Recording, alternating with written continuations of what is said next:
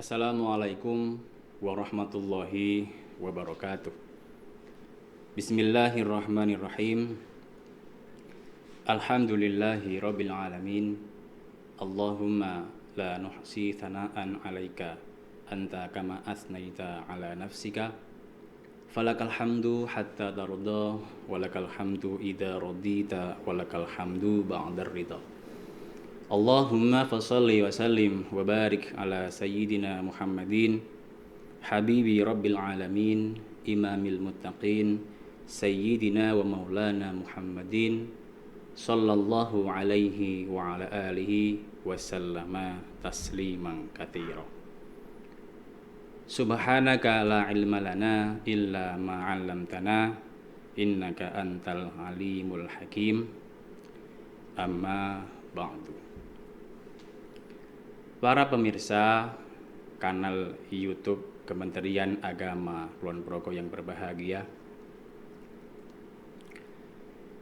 Allah Subhanahu wa taala mempunyai banyak nama-nama indah yang berjumlah 99 yang kita kenal dengan sebutan Asmaul Husna. Dua dari seluruh nama itu adalah mungkin yang paling sering kita ucapkan, yaitu Ar-Rahman dan Ar-Rahim. Ketika kita hendak tidur, kita baca Bismillahirrahmanirrahim. Ketika hendak masuk atau keluar rumah, kita baca Bismillahirrahmanirrahim. Ketika hendak naik kendaraan, kita baca Bismillahirrahmanirrahim. Ketika hendak makan atau minum, kita baca Bismillahirrahmanirrahim.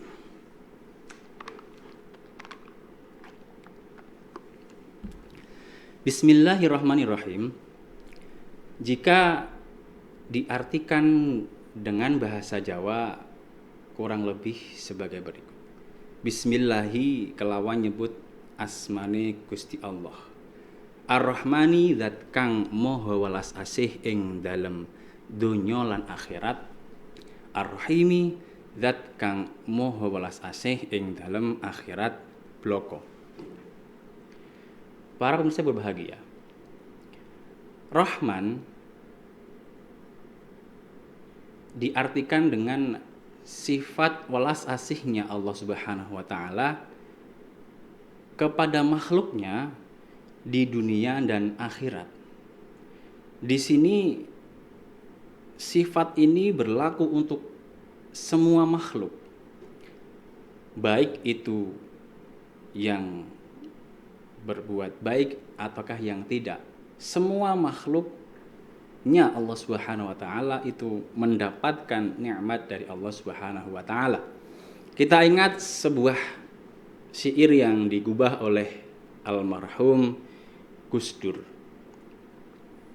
Kang paring rahmat lan kenikmatan rino wengine tanpa petungan. Rino wengine tanpa petungan. Siang dan malam kita semua mendapatkan nikmat yang luar biasa banyaknya, tak terhitung banyaknya. Wa in ta'uddu ni'matallahi la tuhsuha. Lamun sira arep ngitung nikmate Gusti Allah, yekti sira ora bakal mampu. Itu adalah sifat Rahman. Yang kedua, sifat Rahim diartikan dengan sifat welas asih Gusti Allah ing dalem akhirat bloko. Maksudnya adalah Ar-Rahim di sini adalah sifat welas asihnya Allah Subhanahu wa taala kepada makhluknya di akhirat kelak. Nikmat yang akan kita terima besok di akhirat itu tentu saja adalah masuk ke dalam surganya Allah Subhanahu wa taala. Nanti di sana kita akan bisa berjumpa dengan Nabi Muhammad sallallahu alaihi wasallam dan yang paling tinggi adalah kita bisa melihat Allah Subhanahu wa taala. Nah, untuk bisa kita masuk ke dalam surganya Allah Subhanahu wa taala tentu harus ada hal-hal yang dilengkapi. Ada syarat yang harus dicukupi untuk itu. Sebenarnya tidak banyak. Untuk bisa masuk ke dalam surganya Allah Subhanahu wa taala itu hanya ada dua saja. Dua syarat untuk kita bisa masuk ke dalam surga. Yang pertama adalah kita mempunyai kuncinya. Kuncinya surga.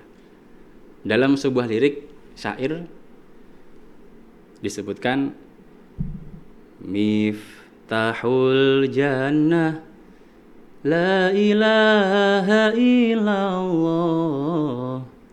la ilaha illallah Muhammadur Rasulullah. Miftahul jannah utawi kuncine swarga iku la ilaha illallah Muhammadur Rasulullah. Dengan kata lain bahwa kunci untuk kita bisa masuk ke dalam surga itu adalah kita beriman. Itu yang pertama. Dan saya yakin kita semua di sini tentu sudah memiliki itu. Sebuah kunci tentu harus pas dengan yang akan dibuka. Kalau orang Jawa bilang kunci itu ono gret-grete. Sebuah kunci untuk membuka gembok tidak akan bisa dipakai menjalankan sepeda motor. Kunci mobil tidak akan bisa dipakai membuka pintu rumah. Begitu pula dengan kuncinya surga. Kalau lafadznya, kalau pengucapannya kita tahu seperti itu. Hanya saja kita tidak tahu hakikat keimanan seperti apa yang bisa membuka surga. Jadi bagaimana untuk itu? La ilaha illallah seperti apa yang bisa membuka surga? Sayangnya kita nggak ada yang tahu.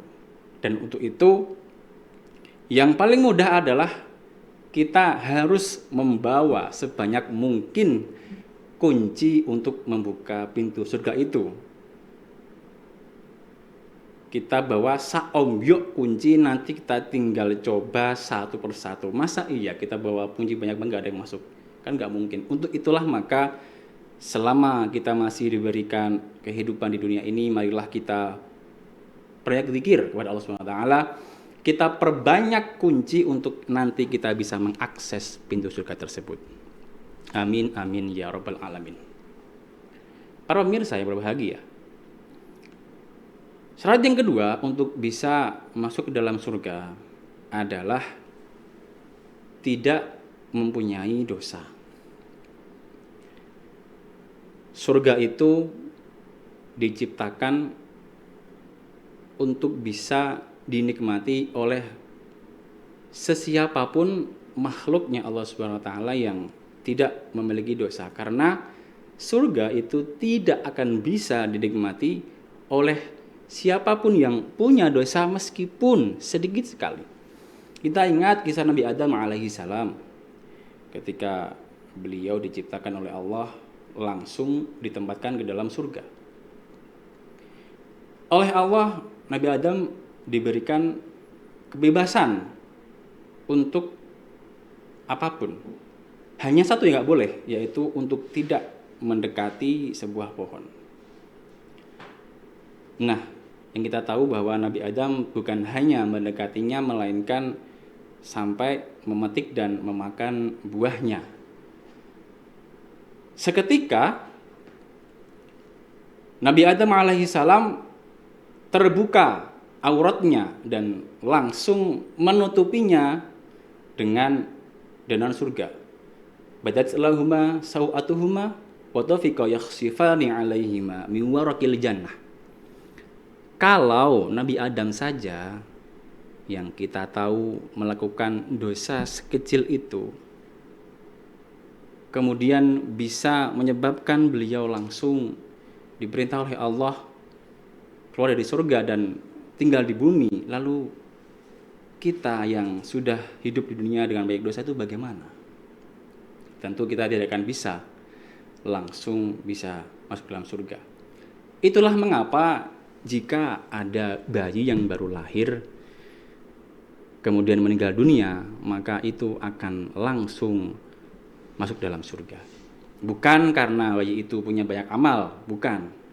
Sebaliknya karena bayi tersebut belum memiliki dosa apapun. Itulah mengapa kemudian bayi yang meninggal dunia ketika baru lahir itu akan langsung masuk dalam surga.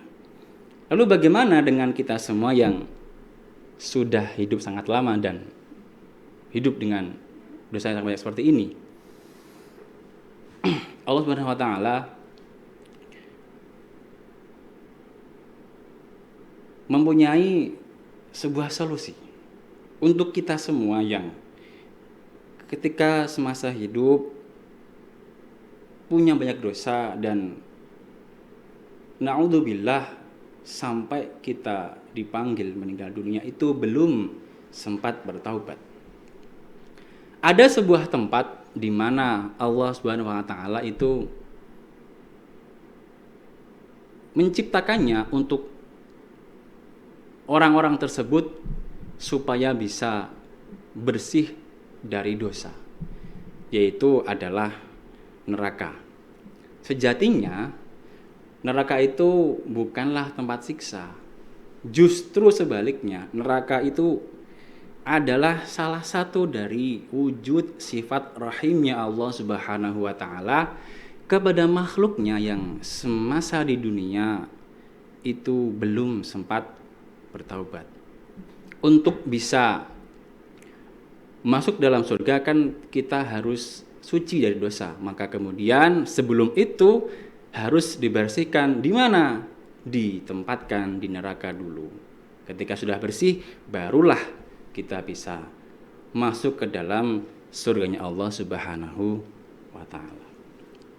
Para pemirsa yang berbahagia, yang tadi itu adalah cara kita untuk bisa masuk dalam surga dengan jalur reguler, jalur yang biasa. Kalau ada yang biasa, tentunya ada yang khusus. Apa itu?